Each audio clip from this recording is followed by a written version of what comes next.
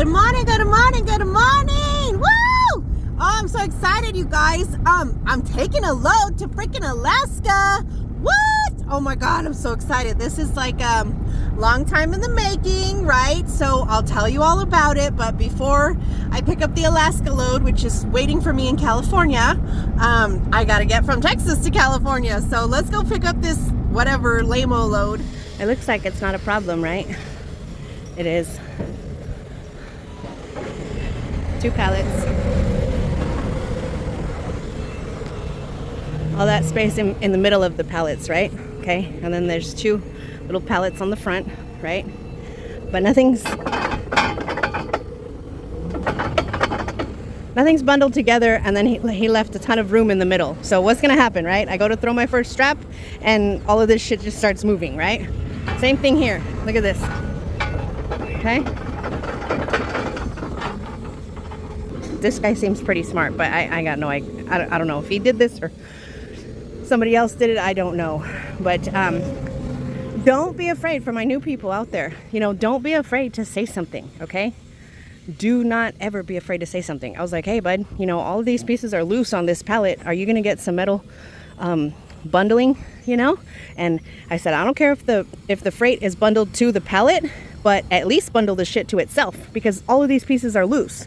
So they're all gonna shift and jiggle. If I can do this with my hand, what do you think the wind and the vibration of the road as I'm going 70 miles an hour down the highway is gonna do? That's gonna mean that I'm gonna have to babysit this stuff. I'm gonna have to stop. Every time I stop, I'm gonna have to check my straps. Something's gonna have moved. One of the little pieces of the pallet has broken and some of the parts have come through it. So now I gotta readjust my strap. Now I gotta use, you know, edge protectors. Now I gotta throw more straps. It becomes a tedious task if you do not tell people what you want in the beginning. And that is something that comes with time, you guys, of running. So where you can see, you know, you'll know because you've babysat enough loads going down the road, and you're like, oh, this is for the birds. You know, next time I'm not going to let them do this, or next time I'm going to do this. You know, that's just something you learn from experience. But there he comes. Look at, there he comes with his little bundling thing. Yeah, I was like, yeah, that's not going to work. 1,200 miles, you guys. And it's a whole bunch of just miscellaneous shit. So, you know, it's already not paying great. And, you know, I'm not gonna, I got this so I could just grab this, go back to the house. I'm waiting on some papers, and then I gotta jam. Like, I gotta go. I'm so far behind, you guys. It's ridiculous. I'm a week behind. Well, this is the industry you're either in or looking to get into. So just let you know now, nothing happens the way you plan it to happen. I picked up the load. Here's the load, you guys. It's pretty light. It's not very exciting. But came back to the house. Obviously, I'm at the house. There's the ponies, right?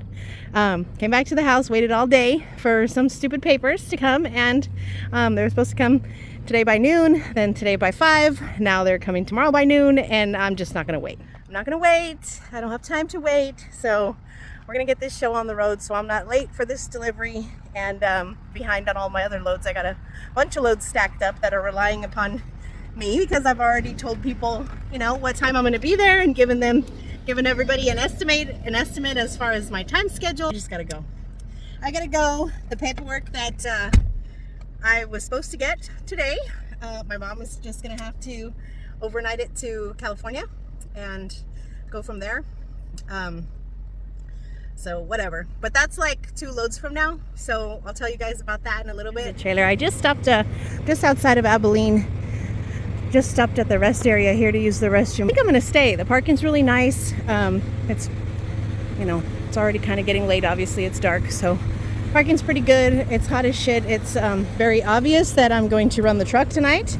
Everything has shifted, okay? A little bit, not crazy, not too bad, right? But I keep having to adjust my straps on these 4 pallets that are up here in the front. But by having the guy bundle them, right? Even right now they're a little bit loose because now, you know, my straps are doing the majority of the work. By bundling them, if they are to shift, they will shift all together, right? That's what we want. We don't want all these 10 stacked pieces, you know, shifting in different directions, or some going backwards and some going inwards. And, you know, you want them to either to stay together. My pieces over here are fine. I've got, you know, straps on every level, and they're all bundled. I did lose a strap on this top piece here down the highway. The pallet busted on the other side. Well, let me see if I can show you in the dark. The pallet, yeah, you can see it. So the pallet broke right there, right? The pallet broke, and the strap frayed and cut itself on whatever, I don't know, something up there. So I put a pull over on the side of the road, you know, and fix that, and I'm just kind of doing my little post trip right now. By leaving today, I have ensured that I will make it to my delivery on time. It is Trinity Logistics. They are known for charging people back for dumb shit, and the load is not paying very much as it is, so I need to keep all of it. This was a convenience load for sure, and I need to keep all of this money. Good morning. All right, well, truck stop, or excuse me, the rest area filled up overnight. It's full. It's not empty like it was when I parked last night. I got a few more minutes waiting on my clock, and I'm gonna get ready to go here, but if it ain't one thing, it's another, boys and girls. So we all just gotta get used to it, rolling with the punches. Remember, I just told you, nothing goes as planned. Nothing goes as planned. Oh my God, I'm freaking going to Alaska. So let me tell you this story. Now that we're on the road, we're driving, so I have time for you guys. So I quoted my direct customer last year, okay? I quoted them last year for these 2 poles that needed to go to Fairbanks, Alaska. I pitched it to Eddie and Jesse because they're a team. And what a beautiful trip for a couple that is able to run together, right? Like, oh my God. And Eddie was like, yeah, I got my passport. Okay, cool. Well, out of sight, out of mind. That was like a year ago, right? I'm not thinking, oh, where's that load? Where's that load? No. So I go about my business, right? And then all of a sudden, about a month ago, I get an email from my customer, and he was like, hey, those poles are ready. Like, whenever you're ready to go to Fairbanks, they're super ready for you, blah, blah, blah. And I was like, what poles? You know, like, that was a year ago. So anyway, some personal stuff was happening with Eddie and Jesse, and they were not able to go, right? Long story short. And so I found myself scrambling at the last minute to get my passport, to get my stuff lined up so that I could go, right? Darren's up in the Midwest, he can't go. Jason's busy, he can't go. Eddie's on this, I haven't even told you about Eddie. Eddie's on this load, you guys.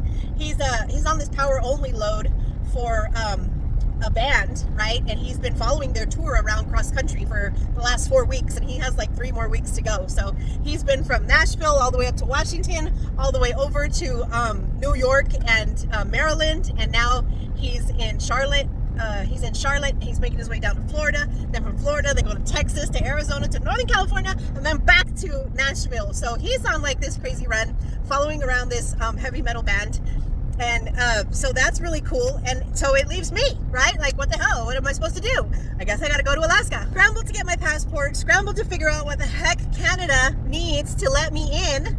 I was trying to take the ferry from Washington to Alaska, so I didn't even have to deal with Canada at all, right?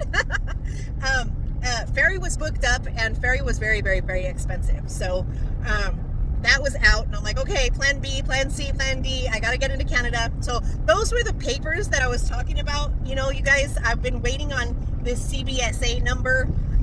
Apparently Canada had to send me an original document to sign and notarize and send back to them. And so I've been waiting for that. It's now Wednesday, and it was supposed to come Monday.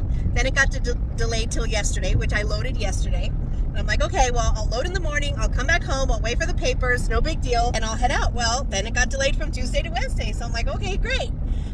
So now I'm just, I don't know. You know, my mom's going to have to send the documents. She's going to have to overnight them to my uncle's house in Southern California, because I just could not wait any longer for this paperwork. So because at the last minute, I'm scrambling to get all of this paperwork and stuff done so that I can get into Canada. And it's been quite costly and quite time consuming and quite stressful. And you know, it's just been this roller coaster. I wasn't intending to go to Alaska. I knew about the load, didn't know if anything was going to come of it. Finally, when the load got approved, right, and the customer approved, my customer's customer approved the load. Apparently it was the dead of winter over there, so of course they're not going to ship it, so it's got to get shipped now while it's summertime so they can get installed. It's been very like I said, stressful, but still pretty cool. I'm hoping this is the last step, you guys, fingers crossed. We'll talk more about getting into Canada and the documents that you need and stuff like that. We'll talk more about that once I get over the border. And you know, we'll go through all of that, because that was like that was difficult for me to find everything that I thought that I needed, right?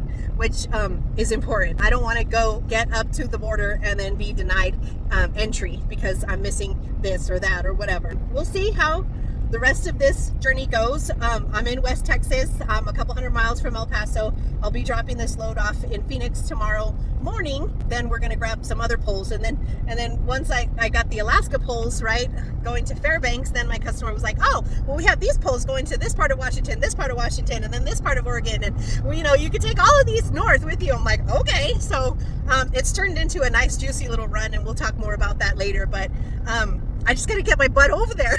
I gotta get over there, get loaded, finish this paperwork, and you guys cross your fingers for me, okay? I hope this all goes well. I don't know. Again, I freaking woke up this morning to the check engine light on, so that's not a good sign. It's from Southern California to Fairbanks, Alaska, traveling through British Columbia and the Yukon. It is approximately 3,400 miles, so I did not need my check engine light to be on this morning, scaring me, okay? So we'll see how it goes, you guys, but I still got a lot of balls in the air. I still have a lot of balls in the air, which is why I'm like, a little frazzled. Once all these, you know, couple little things settle down, I think I'll feel better. And of course, once I'm in Washington, I'm sure I'll be ready to see all this beautiful country that I'm going to be able to cross through. So you guys, stay tuned. I'm going to be making, you know, videos and releasing them as quickly as I possibly can throughout the trip. But I am also dispatching everybody else, and I'm also doing all of the invoicing and the accounting, and I'm actually going to start dispatching everybody. Welcome Alvin. Alvin has been following me. He's a fellow Texan, and I'm going to start dispatching him next week as well. So that is one more thing to add on and to juggle, and it's a blessing, and I look forward to it. It's just, you know, going to have to work everything into finding the appropriate amount of time for everybody and doing all that stuff. So you guys, I'll get to the videos as quickly as I can. New Mexico's so pretty. Look at that. I got about 350 miles to go. I'm making really good time, but still got that lovely check engine light on, so I'm gonna have to check into that. Making good time for delivery tomorrow morning in Phoenix, so that's good. And then Mom was able to get the papers shipped over to my uncle's house, so I'll pick those up in Southern California hopefully tomorrow evening. I'll check them in the morning, and then that will judge how I plan my next 2 days. Is pretty much going to be planned around those papers. Oh, it's going to be a beautiful sunrise. I can see it almost already.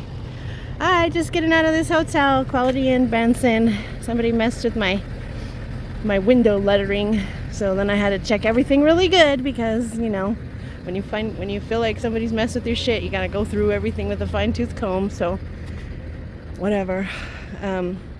Everything else looks fine. It was probably just a drunk messing with my handwritten DOT number on my window on the far side. Construction site. Ugh. I gotta find the construction entrance. I called the guy this morning and I was like, all right, where's the entrance? You know, is this a construction site? He's like, yeah, big one. I'm like, okay, where's the entrance? Oh yeah, it's right off of 40th Street. Just, you know, you'll see it, blah, blah, blah. So I better see it. Oh, it's a giant shit show, you guys, look.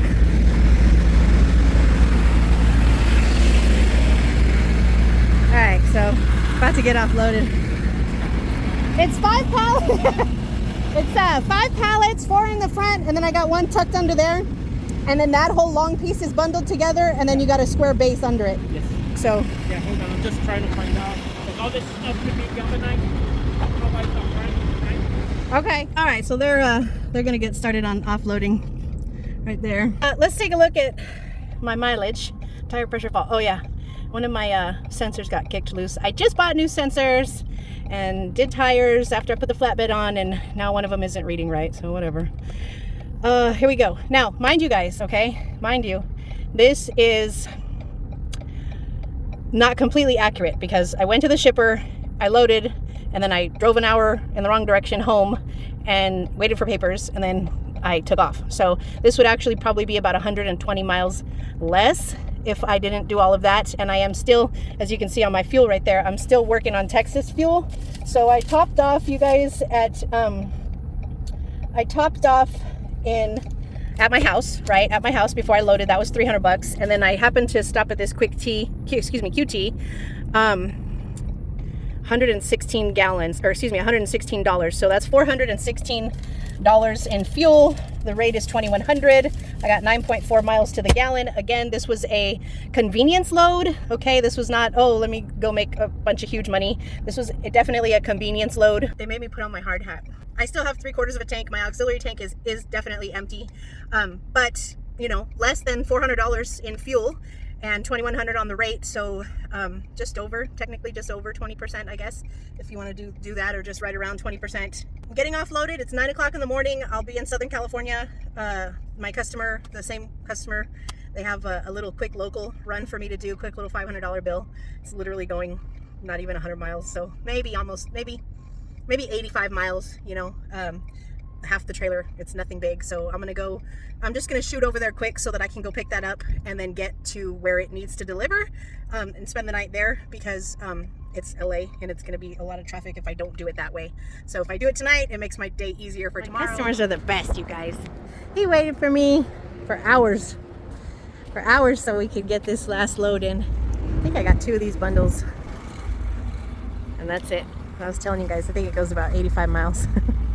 So quick little $500 bill. As soon as we get them loaded, I'll head from here. I'm in the Inland Empire, and then I'll head to Los Angeles. My quick little $500 bill.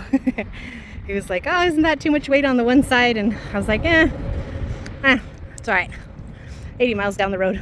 Send it. We're going. Well, good morning, you guys. Still having the same problem here. Check engine light.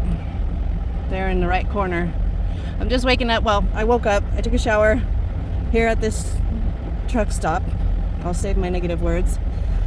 And I'm stressing out. I'm stressing out, you guys, okay? I just drove, you know, basically 1,500 miles from Texas here to California, thinking I'm going to start a trip that's going to take me 3,500 miles one way. So probably by the end of everything, it'll be 8,000 miles, and I got a check engine light on. So let's go check it out, see what it is, and make some decisions today.